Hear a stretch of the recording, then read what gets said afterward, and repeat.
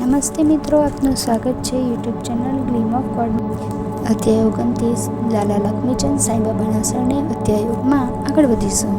લાલા લક્ષ્મીચંદ એકવાર પોતાના મિત્ર દત્તાત્રેય બીજુને ત્યાં દાસગણુ મહારાજનું કીર્તન હતું એટલે ત્યાં ગયા. દાસગણુ મહારાજ જ્યાં કીર્તન કરવા જતા ત્યાં પંઢરીનાથની મૂર્તિ સાથે સાંઈબાબાની છબી મૂકતા અને સાંઈબાબાના વચન પણ અત્યંત પ્રેમ ભક્તિથી ગાતા. લક્ષ્મીચંદ એના ઘરમાં પ્રવેશી પંઢરીનાથને પગે લાગવા લાગ્યા. ત્યાં એમણે સાંઈબાબાની છબી જોઈ એટલે એ ચમક્યા. પંઢરીનાથ અને સાંઈબાબાને પગે લાગી કીર્તનમાં બેઠા. વેત એમ હતી, લક્ષ્મીચંદ મુંબઈમાં વ્યંકટેશ્વર પ્રેસમાં નોકરી કરતા હતા.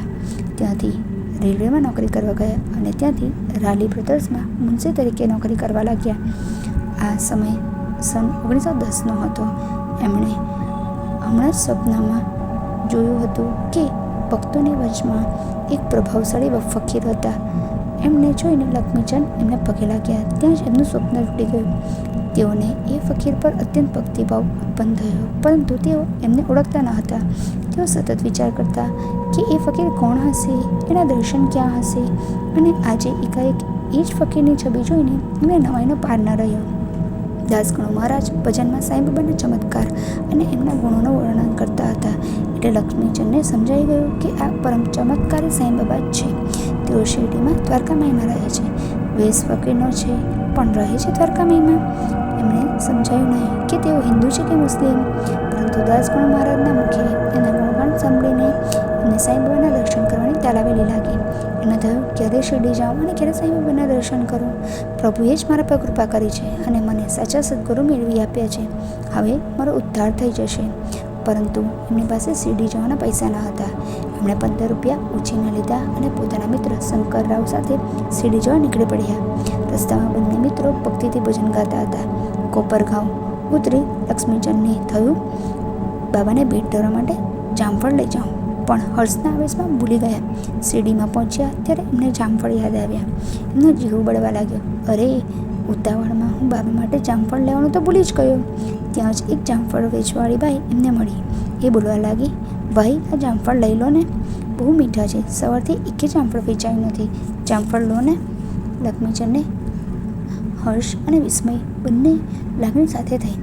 સાંઈબાબા તો સૃષ્ટિના કણે કણમાં વસેલા હતા.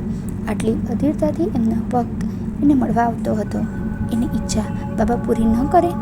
લક્ષ્મીચંદે જલ્દી એના અડધા જામફળ લઈ લીધા અને એના પૈસા બાઈના હાથમાં મૂક્યા. પછી બોલ્યા, શંકરરાવ, મને શરૂઆતથી જ ઈચ્છા હતી કે હું સાંઈબાબા માટે જામફળ લઈ જાઉં, પરંતુ ઉતાવળમાં લઈ જવાનું ભૂલી ગયો હતો. જોઈ બાબાની કૃપા, સામેથી જામફળ આવ્યા. આ સાંભળી બાઈ બોલી, તમે સાંઈબાબાના દર્શન કરવા જાઓ છો તો આ વધેલા જામફળ એમને અર્પણ કરજો. એ પણ સાંઈબાબાની ભક્ત હતી. લક્ષ્મીચંદે બધા જામફળ જોડીમાં ભરી લીધા અને પૂછતા દ્વારકામાઈમાં આવી ગયા. ત્યારે બધા સાંઈબાબાની પૂજા કરતા હતા. એમણે પણ સાંઈબાબાની પૂજા કરી અને જામફળની જોડી બાબાના ચરણોમાં મૂકી. સાંઈબાના પગ પર માથું મૂકી દીધું.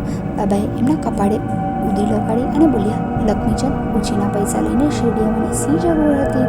તું આટલો પ્રેમ અને ભક્તિથી મને યાદ કરે છે એટલે હું તારી સાથે જ છું. લક્ષ્મીચંદને આશ્ચર્ય થયું. બાબા મારું નામ અને 15 રૂપિયાની વાત પણ જાણી લીધી. સાચે જ બાબા પરમ સંત છે. આજે મારો જન્મ સફળ થઈ ગયો. બંને મિત્રો બપોરે જમવા બેઠા ત્યારે એમને ઘઉંની રાબડીનો પ્રસાદ મળ્યો. એમને રાબડી બહુ ભાવી. લક્ષ્મીચંદને થયું, આવી રાબડી એમણે મુંબઈમાં ખાધી નથી. પેટ ભરીને રાબડી મળી તો કેવું સારું. બીજા દિવસે એને પીઠમાં દુખવા લાગ્યું એટલે એ સવારની આરતીમાં ન ગયા. બપોરે લક્ષ્મીચંદ અને શંકરરાવ આરતીમાં ગયા. ત્યારે આરતી પછી બાબા બોલ્યા, તું ભૂખો છે તો આ વાટકો ભરીને રાબડી ખા, અને તારી પીઠ બહુ દુખે છે ને તો આ ઓદીમાં પાણી મેળવી પી જા, તારો દુખાવો મટી જશે. રાબડી વેચતા ભક્તે લક્ષ્મીચંદને વાટકો ભરીને રાબડી આપી અને બાબાએ ઉદી આપી. પોતાના મનની વાત બાબા સુધી પહોંચી જ જતી હતી. લક્ષ્મીચંદની બાબા માટેની ભક્તિ અને શ્રદ્ધા વધુ દ્રઢ થઈ ગયા. ઉદી લીધા પછી થોડી વારમાં જ એનું પીઠનું દર્દ ગાયબ થઈ ગયું. રાતે એ ચાવડીની શોભાયાત્રામાં જોડાયા ત્યારે બાબાને ખૂબ ખાંસી આવતી હતી. લક્ષ્મીચંદને થયું, બાબાને કોઈની નજર લાગી છે એટલી જ આટલી ખાંસી આવે છે.